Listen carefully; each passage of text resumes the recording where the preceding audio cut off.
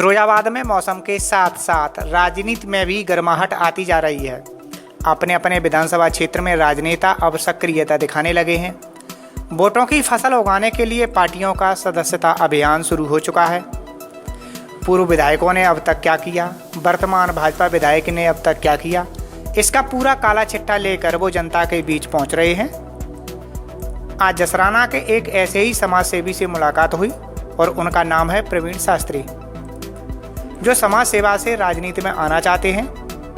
आइए जानते हैं उनका राजनीति में आने का क्या मकसद है और वो क्यों आना चाहते हैं। जी, पहले तो मैं आपको ढेर सारी बधाई और धन्यवाद देना चाहूँगा कि आपने हमारी फेसबुक पोस्ट के आधार पर आपने हमारा इंटरव्यू लेना उचित समझा, इसलिए न्यूज़ इन इंडिया का हार्दिक धन्यवाद।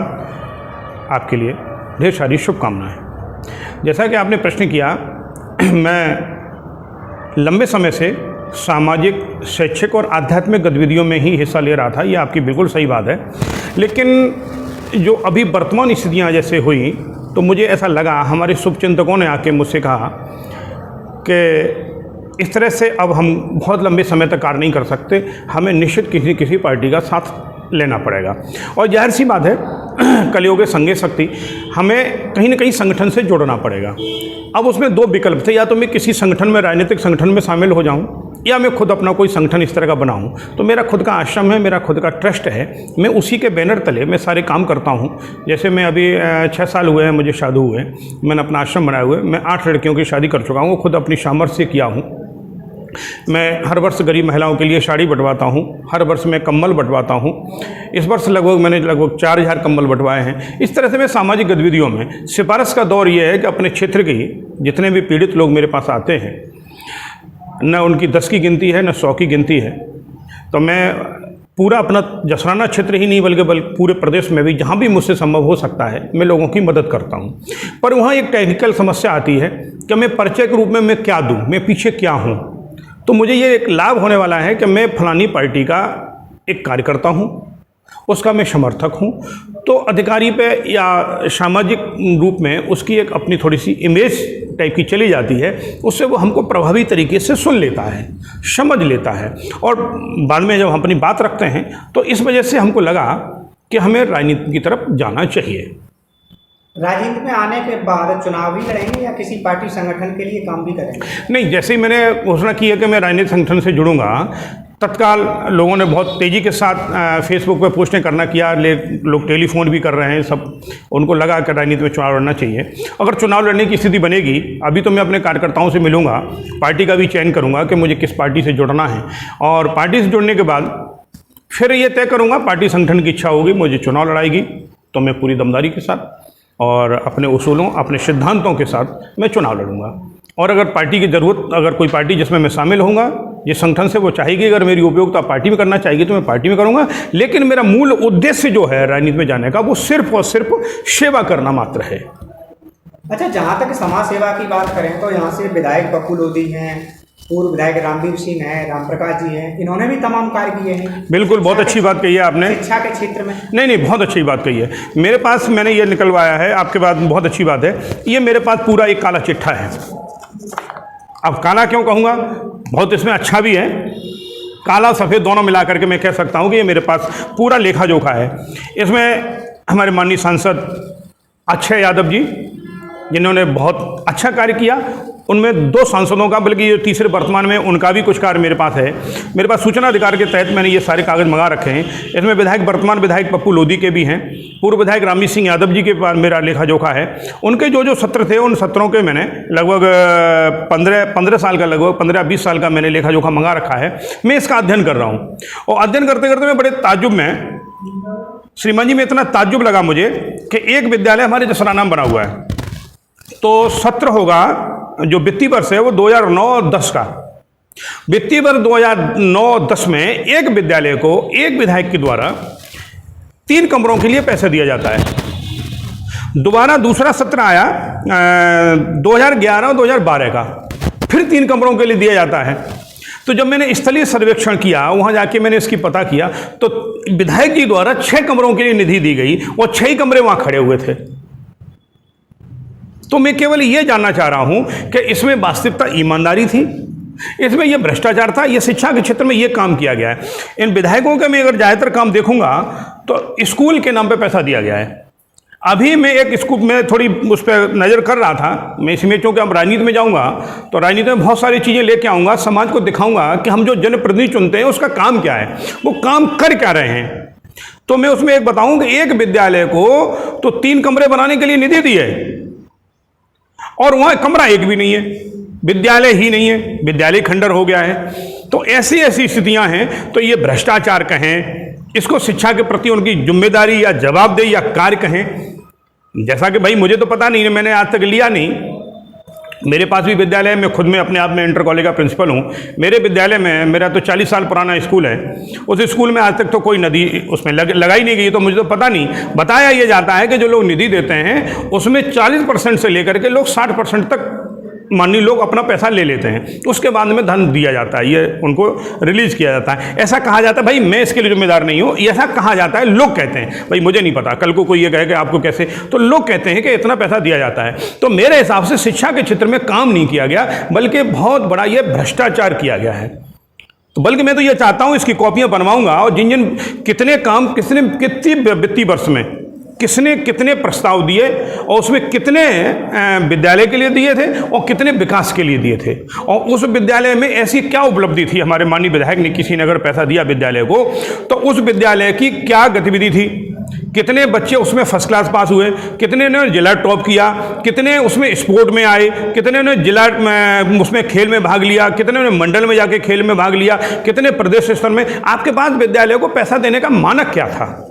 किसी विद्यालय को तो आपने 20 लाख रुपए दे दिया और किसी विद्यालय को 1 लाख रुपए दिया, और एक वो है आपके विधानसभा क्षेत्र का एक है जिसको आपने 1 रुपया भी नहीं दिया, एक नल भी नहीं दिया, एक सौर ऊर्जा भी नहीं दी। तो आपके पास कौन सा एक ऐसा मानक है जो एक को हम 20 लाख रुपए देंगे, एक को 5 लाख रुपए देंगे, एक को 1 लाख रुपए देंगे और एक को हम सौर ऊर्जा भी नहीं देंगे? तो ऐसा कौन सा ऐसा आपके पास था? तो ये तो मैं तो समझता हूं शिक्षा के क्षेत्र में किसी विधायक ने गंभीरता से काम नहीं किया। दूसरी ओर शिक्षा के क्षेत्र में काम की बात कर रहे हैं तो जसराना क्षेत्र बहुत पिछड़ा हुआ क्षेत्र है।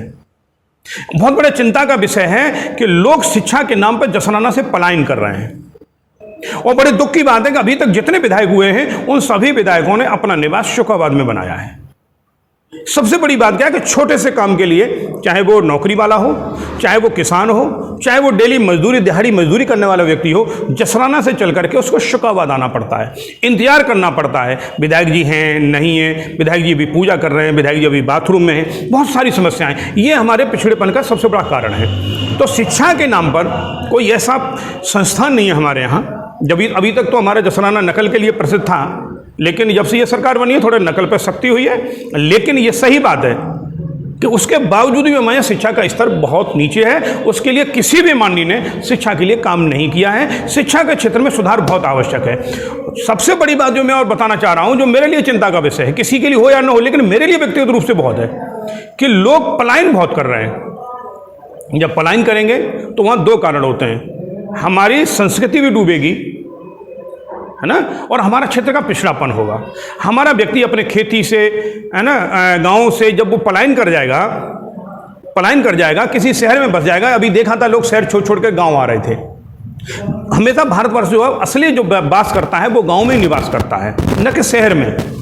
तो हमें गांव को मजबूत करना पड़ेगा। मैं खुद का अपना उदाहरण देता हूं, मैं बहुत सक्षम हूं, उसके बावजूद भी जहाँ से आज से 40 साल पहले निवास करता था, आज भी मैं जसराना में निवास करता था। बड़ा मकान की आवश्यकता पड़ी, बड़ा मकान बनाने की आवश्यकता पड़ी। मैं चाहूँ तो शुकाबाद में, आगरा में, नोएडा में, गाजियाबाद में, लखनऊ में मैं भी मकान बना सकता था, जबकि मेरे परिवार में एक राजपत्रित अधिकारी है। इतना सब होने के बाद हमने जसराना में पढ़ा करके उसे अधिकारी बनाया है, और आज प्रतिष्ठित, जिम्मेदार और गंभीर मुद्दों को लेकर के उसने प्रतिष्ठा प्राप्त की है। ये वही संस्कृति है जो हमने गांव से लेकर के उसको सींच करके हमने पाला परोसा था। वो आज उसकी वजह से हमारे परिवार का नाम आगे बढ़ रहा है। अगर हमने उसको छोड़ दिया होता तो बच्चे के अंदर जो आज संस्कार हैं वो आज हमारे साथ न होते, हमारे परिवार में। इसी भावनाओं को लेकर के फिर हमारे विचार में आया कि अगर हमारा बच्चा कोई अधिकारी बनेगा तो जसराना में भी पढ़ करके रह सके और वहाँ पढ़ सकता है और बन सकता है। हमने भी वही मकान बनाया जहाँ आज से 40 साल पहले हमारे पिता ने बनाया था, वहीं जहाँ हमारे पिता ने हमको पैदा किया, बड़ा किया, पढ़ाया, आज भी हम वहीं रह रहे हैं और ऐसी व्यवस्था करके जा रहे हैं कि आने वाली पीढ़ी भी हमारी जसराना में ही रहे, हमारे पलायन न हो। मैं जब से एक वर्ष पिछले से मैं उस समय तो ये कोरोना काल शुरू हो गया, मैं प्रिंसिपल बना, मैंने अपने विद्यालय में प्रिंसिपल बनते ही मूलभूत परिवर्तन किया, बहुत एक आदर्श विद्यालय बनाने के मेरा लक्ष्य सिर्फ और सिर्फ ये है कि शिक्षा के नाम पर होने वाला पलायन रुकना चाहिए। तो सब हमारे जितने माननीय लोग हैं उन्हें प्राथमिकता के आधार पर शिक्षा के लिए काम करना पड़ेगा और जसराना की तरफ ध्यान देना पड़ेगा, हमको वहाँ अधिक समय गुजारना पड़ेगा। अगर हमारे माननीय लोग जो भी चुन के जाते हैं, अगर वो भविष्य में अब तो जो चुन के जाते रहे वो तो शिकायत में रहते रहे, अगर वो जसराना में रह नहीं सकते हैं तो कम से कम अपना कार्यालय तो बनाए जसराना में, जहां वो सुबह आके बैठे, जन समस्याएं सुने, उसमें समय निश्चित हो। ये हमारे लिए माननीयों के लिए बहुत आवश्यकता है। इसके लिए भी मैं दबाव बनाऊंगा और काम कराऊंगा। अच्छा, क्षेत्र की बेरोजगारी दूर करने के लिए इन लोगों ने अभी तक क्या किया? बेरोजगारी के लिए जैसा कि मैं अभी बता रहा था, जब शिक्षा के लिए काम नहीं हुआ तो बेरोजगारी भी ये क्या काम करेंगे भाई? निधि, उन विधायक बन गए, विधायक बनने के बाद उन्होंने अपनी निधि बेचना शुरू कर दिया, निधियों से अपना, जैसा कि लोग बताते, मैं अभी कह चुका हूं कि उन्होंने अपना निधि स्कूल को दे दी, अपने काम किए, अपने विकास तो किए लोगों ने, लेकिन क्षेत्र के विकास के लिए, बेरोजगारी के लिए कोई काम नहीं किया। मैं आपको एक उदाहरण देना चाहूँगा गगन बिहारी जी, मिलावली ग्राम पंचायत का एक मजरा था, एक गांव था, उसमें बिजली नहीं थी। आज 60-65 साल के बावजूद उस गांव में विद्युतीकरण नहीं था। कुछ लोग आए मेरे पास एक दिन आश्रम में, उन्होंने कहा था हमारे गाँव में अभी तक विद्युतीकरण नहीं है। तो मुझे बड़ा आश्चर्य हुआ। तो मैं, अच्छा ये 3 साल या 4 साल पहले की बात है, मैं वहाँ पत्रकारों की टीम लेके गया, भारत सरकार को लिखा, प्रदेश सरकार को लिखा, और लिखने के बाद में उसका परिणाम क्या मिला? केवल कहना ये चाह रहा हूँ कि जिजीविषा होनी चाहिए। हमारे माननीयों में जिजीविषा की कमी है।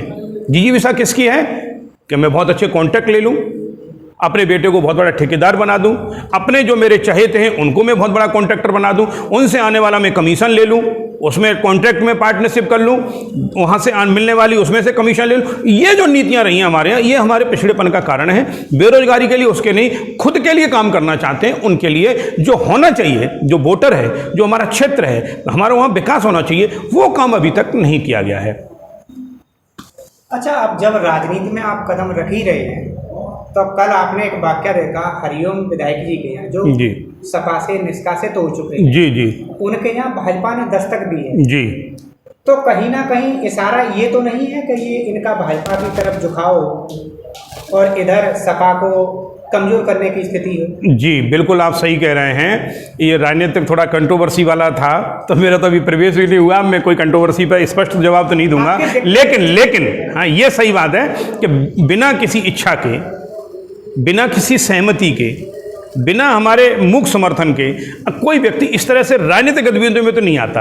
राजनीति में यही कहावत कही जाती है कि हमारी शिष्टाचार भेंट थी, हमारी शिष्टाचार भेंट थी, हमारा ये पुराना संबंध है, ये कहावत के लिए होता है, लेकिन अंदर कुछ और होता है। तो इनकी कल की जो गतिविधि है उससे स्पष्ट होता है कि उनका झुकाव भाजपा की तरफ बन चुका है और वो समाजवादी पार्टी को एक जोर का झटका देने के प्रयास में है।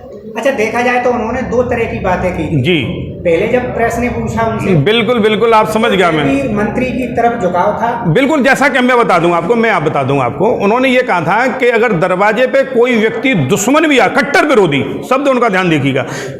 हरिओम यादव जी मजे हुए राजनीतिक खिलाड़ी हैं, तो उनके शब्दों पर ध्यान दीजिएगा कि कट्टर विरोधी भी घर आ जाता है तो पुराने गिले शिकवे दूर हो जाते हैं। तो ये इशारा किसकी? तो ये ठाकुर जयवीर सिंह की तरफ, मेरी समझ से, हो सकता है मैं गलत हूँ, लेकिन मेरे हिसाब से ये इशारा ठाकुर जयवीर सिंह की तरफ था कि अगर जयवीर सिंह जी के कट्टर विरोधी हैं और घर पहुंच जाएंगे तो गले शिकवे दूर माने जा सकते हैं। वहीं जब उन्होंने प्रश्न किया कि क्या राष्ट्रीय महासचिव के लिए, तो उन्होंने कहा इस पर विचार करेंगे। तो इन दोनों बातों को समझने के बाद यह सिद्ध होता है कि उनका झुकाव पूर्ण रूप से भारतीय जनता पार्टी की तरफ बन चुका है। तो देखा जाए तो सपा को यहाँ तगड़ा झटका लगेगा, ऐसा लगता तो है कि सपा के लिए एक थोड़ा मुश्किल तो खड़ी है। सपा तो संघर्ष वाली पार्टी है, माननीय नेताजी से लेकर के माननीय अखिलेश जी के समय तक लगातार संघर्ष कर रही है। समाजवादी पार्टी का नाम ही संघर्ष है, तो झटका तो हो सकता है। जब कोई कहीं न कहीं से कोई दिक्कत आती है तो झटका तो स्वाभाविक माना जा सकता है, लेकिन समाजवादी पार्टी संघर्ष की पार्टी है। अब कितना बड़ा नुकसान होगा ये भविष्य के गर्त में है, कि कितना लाभ होगा ये भी भविष्य के गर्त में है। जिसके खाते में मात्र 4 सीटें थी, वो आज जिलाध्यक्ष की कुर्सी पर बैठने वाला है। और जिसके 11 सदस्य जीते थे, जिस पार्टी के सबसे ज्यादा सदस्य थे, उसके लिए उसके सामने असमंजस की स्थिति पैदा हो गई है। इसमें कई कार्य चलते हैं। सत्ता पक्ष ने जो विलंब से चुनाव कराने का कारण था, वो यही कारण था, जब आम मतदाता वोट कर रहा था वहाँ, जबकि भाव कोरोना काल था, अब कोरोना धीरे धीरे करके नियंत्रण में आ रहा है और कम लोग जब मतदान करेंगे वहाँ उसमें समय बढ़ाया गया है, और जहाँ अधिक संख्या में लोगों को मतदान करना था वहाँ करा दिया गया। तो ये इसका भी कहीं न कहीं से प्रभाव है, सत्ता का प्रभाव होता है। और इसमें ये सार्वजनिक कहने वाली बातें नहीं है, धनबल बाहुबल दोनों का प्रयोग होता है। लेकिन ऐसा नहीं, संघर्ष कड़ा होगा। परिणाम क्या होगा ये अलग बात है, संघर्ष कड़ा होगा।